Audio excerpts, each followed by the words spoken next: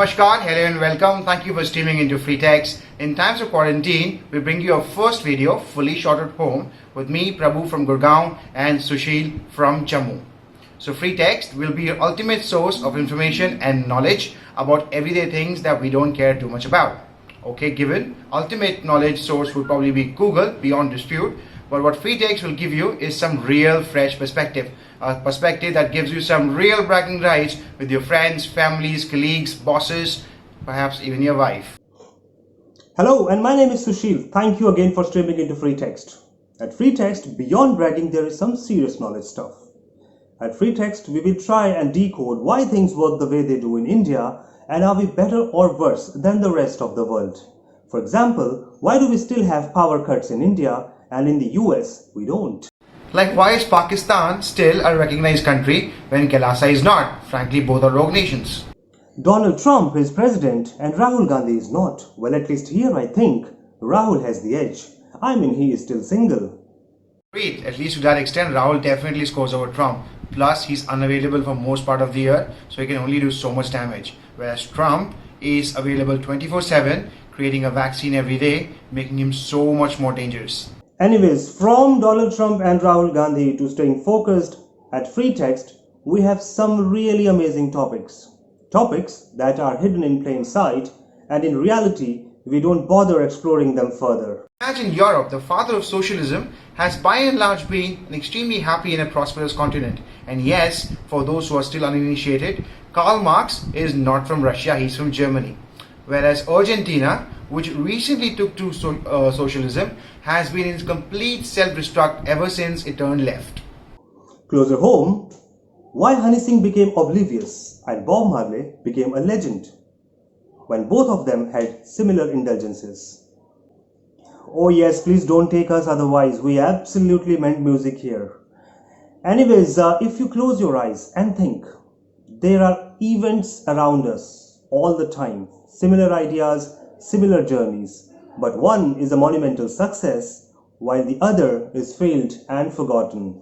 So today we'll discuss something that occurred to me and Sushil after a couple of drinks and some really horrible weeks at work, which was, why is it that Indian startups, as they succeed, they are almost compelled to either become American, Chinese or Japanese? So for example, we are starting up today, and by the looks of it, will be soon very popular and one of the most watched YouTube channel around the world. No doubt about that. Look at the team we've got. We've got the best R&D team, we've got the best content team, and of course we've got the best graphics team. And we will be funded Series A to Z. Private investors, public investors, big investors, small investors, rich American, richer Chinese, Japanese, and we will probably exit as billionaires. Take that, Netflix. What I don't know is that after all this success, will we still remain an Indian company? So for example, take anybody, Flipkart, Paytm, Ola, Oyo, any of the recent startups, even Zomato for that matter, all of them have succeeded, have been enormously successful, but none of them is an Indian company anymore. Whereas if you see Apple, Google, Tesla, SpaceX, Microsoft, all of them are still and fully proudly American. Infosys, Mindtree, these are the exceptions. I'm just saying it's not blanket, but largely this statement is correct. Yes, agreed. There are some exceptions along the way, but the point that we're trying to make is that an overwhelming majority of Indian startups that turn unicorn ultimately end up becoming foreign owned. Let's dive right in, and before that, some basic jargon training. So jargon number one is unicorn. So unicorn is the Sharma ji ka ladka. So unicorn is the brightest boy in the class who gets into the IIT, or in this case, a startup that goes on to get $1 billion in valuation. Jargon number two, VC. Venture capitalists, or VC as they are commonly known in the industry. These are the companies whose business is to invest in other businesses at the right time, or let's say invest when these companies are at an early stage by acquiring some shareholding. In real life, these venture capitalists do not interfere in day-to-day operations, and their major area of concern is to ensure that they get the right return of their investment. But they could get really nosy if you don't behave well. Target number three, angel. So angel is this good uncle who's arrived in life and now wants to help other young boys achieve their dreams. by lending their money and their name to a concept.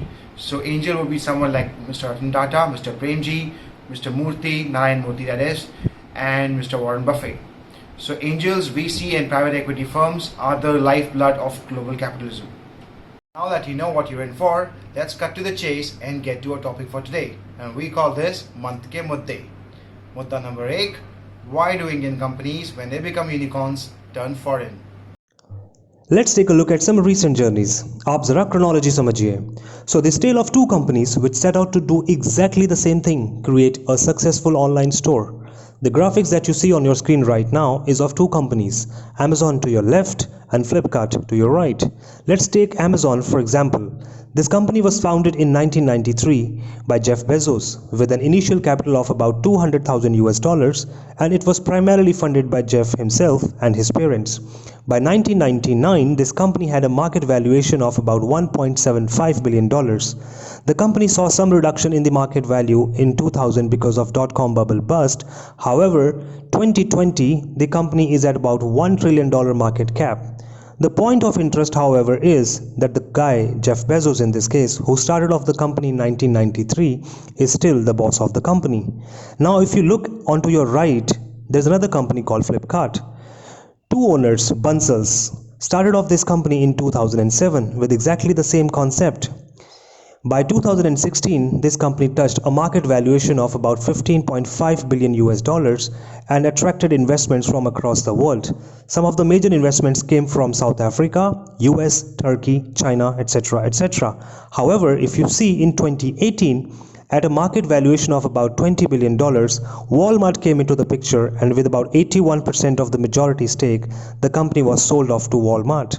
The point that we're trying to make here is that the Bansals who started off this company in 2007 are no longer the owners of this company.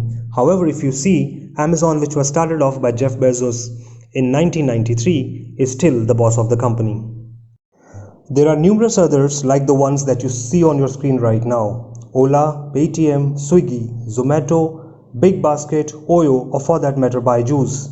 All of them have the similar stories. So where is the problem? Let's understand the big picture. Let's get some context here. The American startup show began back in 1950s. In fact, the first American private equity firm, American Research and Development Corporation, was founded back in 1947. And the first investment that it made was in 1957 for about $70,000. The point that we're trying to make beyond the dates here is the whole concept and the culture of investing in new startup ideas has been many decades old in the US, whereas it's relatively new here in India. While the US has had the startup and funding culture since the 1950s, in India the startup culture started somewhere in 2003 and 2004 onwards. And before anyone does some kind of a fact check, we simply cannot deny the fact that there could have been some early investors who would have taken opportunistic bets earlier than 2004 as well, with or without Maa Ke Zevar or Baap Ki Zameen as a collateral. However, to stay focused on this point, we can say that post-2000 era was an era of neo startups in India. So when we say neo startups, we mean organized PE and VC funding, where employees of large PE corporations or rich entrepreneurs directly make investments in your business. They bring you more money and contacts and help you settle in. And this whole concept of organized funding has existed in the US since the 1950s. So essentially, when Uncle Sam had a big fat bulging tummy doing really well in life, our Indian startup, let's call him Suresh, was just about beginning to run. Which means, by the time India started off its startup journey, the US was already light years ahead from the rest of the world, including India. Now take a look at the graphics on your screen right now. By 2016, the US already had about 83,000 small or big startups. There were about 1,300 odd venture capitalists who were operating in the country, with about 300,000 angel investors who were pumping money in the concepts. About 7,000 odd deals were mature in 2019, and the US had about 203 unicorns in 2016. So now that we understand our position on the global league table, let's understand the problems that we face at home. So the number one problem that we have today is the domestic investor mindset. The mindset where you're willing to invest on something that is live and running. So Kirana stores, say Shri Krishna general stores, will be able to find funding Whereas a concept that's on paper, like an Uber or an Ola, and has the potential to change the entire ecosystem, will be turned down 9 out of 10 times. Point number 2. Lead time for setting up a company in India. In India, it takes about 60 days to set up a company. 60 days from registration to the time when you get GST, which is frustratingly low. Frustratingly low for any entrepreneur who's got to focus on job at hand. Now compare it with some other countries in the world.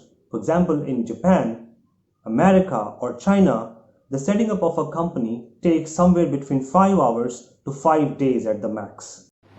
Now GST. Getting a GST registration in India is as good as being profiled for an arranged marriage. But the first question is, लड़की का अपना घर है या नहीं? और अगर नहीं है, तो माफ करो बेटा. Very similar to that, if you need to have a GST in India, you need to either own a house or your landlord gives you a no objection certificate to be able to carry out commercial activities in the apartments that you've rented, which is very unlikely unless the landlord is either my dad or my father-in-law. Now, such rules are making concepts non-starters at the outset, and we must, if not remove this rule, should at least increase the threshold to about 5 to 10 crores of turnover per annum and waive off all other related complexities. Number 3 is taxation. In our country, both investors and startup entrepreneurs are looked at with a lot of suspicion. So back in 2012, when India was the recipient of some massive FDI inflows from all sides, our government decided to introduce a tax called an angel tax. Now what is an angel tax? An angel tax is, say for example, I and Sushil, after immense popularity of Freetext, get to an agreement with an investor that we value our company at $1 billion. But the government and its auditors think differently and they value our company at say 500 million. So the remaining 500 million will be seen as an income and will be liable to a tax of a 30% known as an angel tax. Now what this does is it actually is a big deterrent for any startup to register itself in India. So most of them, the ones who've really done well and have the means, have gone on and registered themselves in other countries such as Singapore, Flipkart being one such example. The positive, however, is in 2020, a number of reforms have been made to this law by the Modi government. Now, such rules totally deter both startups and investors to transact in India. And these companies start looking out for places to set up their bases in countries like Singapore, Dubai, Maldives, Mauritius, etc. Now you compare this with the ecosystem culture in the US, where the angel investor gets a 100% tax rebate on capital gains of up to $10 million when investing in a startup. This no way means that US, Europe and the rest of the world don't have problems. The fact is, most of these problems are not faced when you're starting out, and you encounter them when you have reasonable muscle to hire the best lawyers to get you out of the situation. Whereas the problems that we have back home are faced immediately when you're trying to start up and threaten you when you're trying to take baby steps, barely enough to keep your kitchen going without a job. Having said this, there has been a massive progress that we continue to make, and India, which is the young boy ready to roll, is actually taking the world by storm in about next 5 to 10 years. Today, because of all these efforts, we've got 9,300 startups, 390 VCs, 1,100 angels, 24 unicorns and 1,300 deals in 2019 alone. In fact, India today is the world's third largest startup ecosystem, edging out the likes of Europe, UK and even Japan. This is driven by the Indian entrepreneurial spirit and a massive push by the government and industry bodies. So for example, NASSCOM, which is the RWA of Indian technology and BPO companies, will incubate 4,400 startups in the next 10 years. And government on its part will also set up 280 incubators in the same period. Now what is an incubator? An incubator is essentially a facilitator who is helping young companies to grow. They help them grow by providing subsidized or almost free infrastructure like PCs, internet connections, and sometimes even guidance, so that these young entrepreneurs or companies can learn to grow and make themselves self-sustainable. Government's startup push. The removal of startup taxes for the first 4 years, abolition of angel tax, and long-term capital gains are some of the examples of government's intent to provide a serious push to new age entrepreneurs and investors. So now compare an incubator with a student of the year set for Bollywood kids. There's a lot of positive going on, and frankly comparing US and India is like comparing Ishan Khatter and Mr. Bachchan. And I mean Amitabh Bachchan here.